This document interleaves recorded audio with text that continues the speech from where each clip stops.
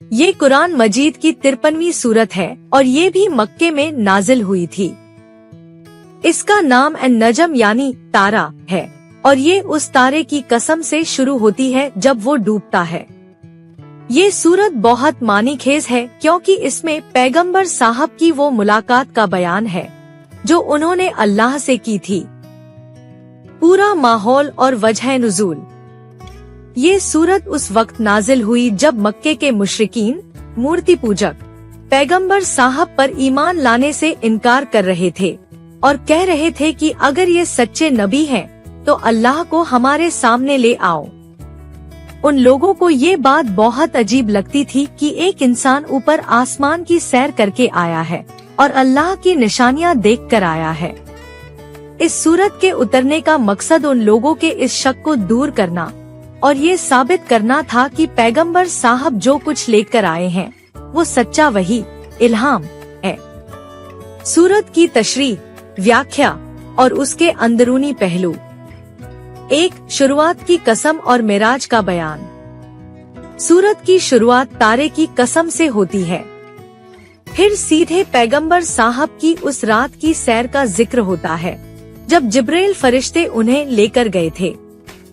सूरत कहती है कि पैगंबर साहब ने जिब्रील को उनकी असली शक्ल में देखा था और वो दूसरे आसमान पर भी गए जहां उन्होंने दूसरे नबियों से मुलाकात की। ये बयान बहुत ही अहम है क्योंकि ये इस बात की सबूत है कि पैगंबर साहब सिर्फ दिल के जरिए ही नहीं बल्कि शरीर के साथ भी अल्लाह की बड़ी निशानियां देखकर आए थे। 2. मूर्ति पूजा की बुनियादी गलती को उजागर करना। सूरत में मक्के के लोगों की उस सबसे बड़ी गलती की तरफ इशारा किया गया है जहां वो लात और उज्जा जैसी मूर्तियों को अल्लाह की बेटियां मानते थे और उनकी पूजा करते थे। सूरत साफ कहती है कि अल्लाह की कोई औलाद नहीं है।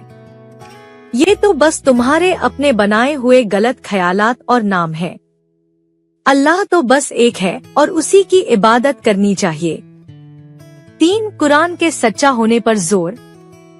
सूरत में बार बार इस बात पर जोर दिया गया है कि पैगंबर साहब अपनी तरफ से कुछ नहीं कहते। ये कुरान उन पर वही के जरिए उतारी गई है। ये कोई शायरी या जादू की बात नहीं है। ये तो सीधे अल्लाह की तरफ से एक सच्चा इल्हाम है और इसके बदले पैगंबर साहब दुनिया से कोई इनाम नहीं मांगते। 4. आखिरत का सच और इंसाफ का दिन। सूरत के आखिरी हिस्से में आखिरत के दिन का बयान है।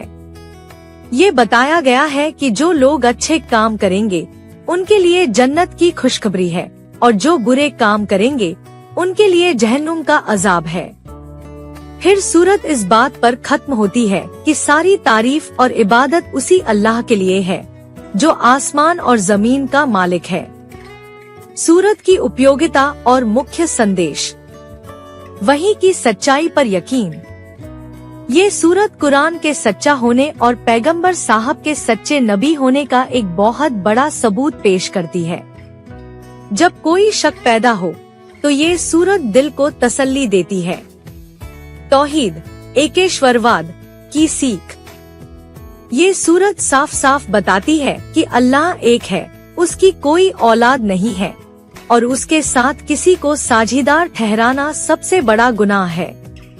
ये हमें शिर्क, मूर्ति पूजा से बचने की सीख देती है। आखिरत की याद। ये सूरत हमें ये याद दिलाती है कि एक दिन हम सबको अल्लाह के सामने पेश होना है और अपने अमल का हिसाब देना है। इससे इंसान अपनी जिंदगी में अच्छे काम करने की कोशिश करता है। पैगंबर साहब का अदब।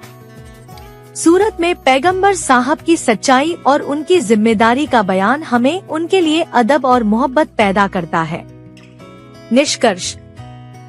सूरत अन-नजम एक ऐसी सूरत है जो सीधे दिल में उतर जाती है।